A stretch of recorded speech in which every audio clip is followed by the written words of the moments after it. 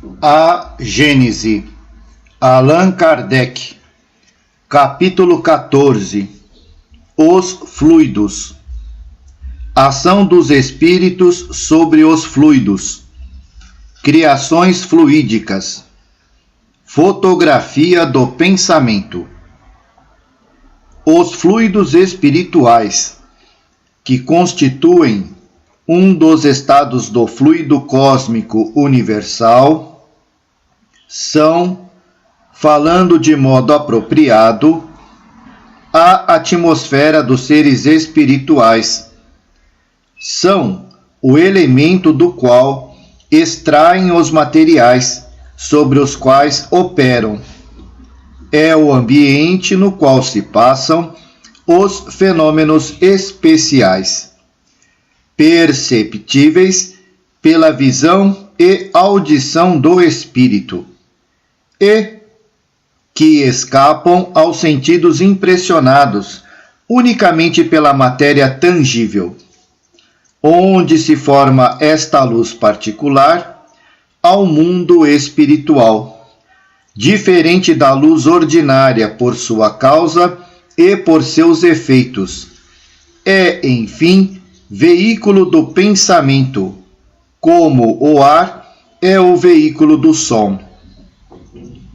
Os espíritos agem sobre os fluidos espirituais, não que os manipulem como os homens manipulam os gases, mas com o auxílio do pensamento e da vontade.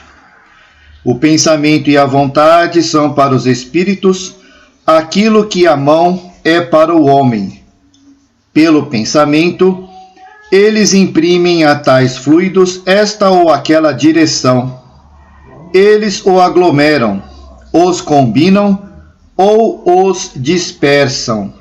Formam com esses materiais conjuntos que tenham uma aparência, uma forma, uma cor determinada. Mudam suas propriedades como um químico altera as propriedades dos gases ou de outros corpos, combinando-os segundo determinadas leis. É a grande oficina ou laboratório da vida espiritual.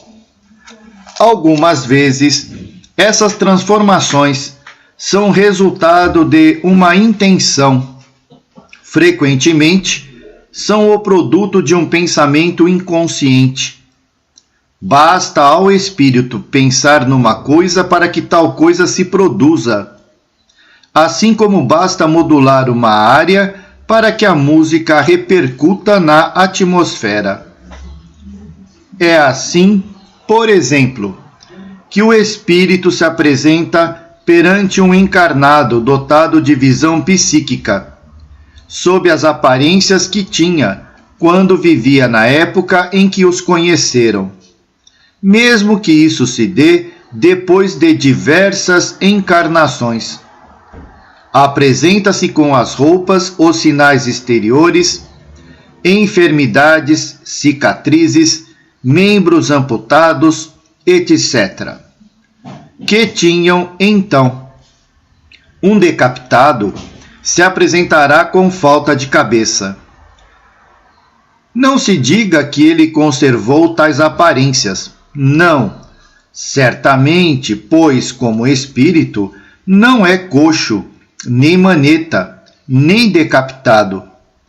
Mas seu pensamento, entrando em relação com a época em que isto se dava, seu perispírito toma instantaneamente aquela forma, a qual também deixa instantaneamente, desde que o pensamento cesse de agir.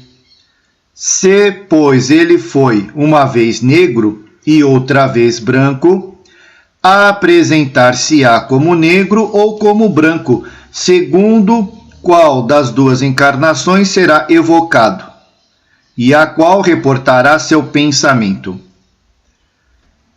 Por um efeito análogo, o pensamento do espírito cria fluidicamente os objetos dos quais tem o hábito de se servir.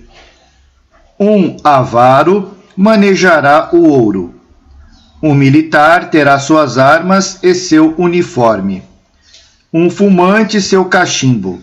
Um trabalhador seu arado e seus bois. Uma mulher velha seus aparelhos de fiar.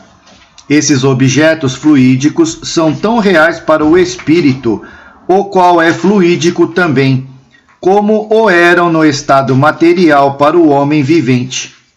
Porém, pela mesma razão de que são criados pelo pensamento, sua existência é também fugitiva como o pensamento. Sendo os fluidos o veículo do pensamento, este atua sobre os mesmos, como o som atua sobre o ar. Ele nos trazem o pensamento, como o ar nos traz o som. Pode-se, pois, dizer com toda a verdade que em tais fluidos há ondas e raios de pensamentos, os quais se cruzam sem se confundir, como no ar há ondas e raios sonoros. Há mais. O pensamento cria imagens fluídicas e se reflete no envoltório perispiritual como um espelho. O pensamento toma corpo e aí se fotografa de alguma forma. Tenha um homem, por exemplo, a ideia de matar outro. Embora seu corpo material esteja impassível, seu corpo fluídico é posto em ação pelo pensamento, do qual reproduz todas as variações. Executa fluidicamente o gesto, o ato que tem o desígnio de cumprir. O pensamento cria a imagem da vítima e cena inteira se pinta, como em um quadro, tal como está em seu espírito. É assim que os movimentos mais secretos da alma repercutem no envoltório fluídico, que uma alma pode ler em outra alma como num livro, e ver o que não é perceptível pelos olhos do corpo.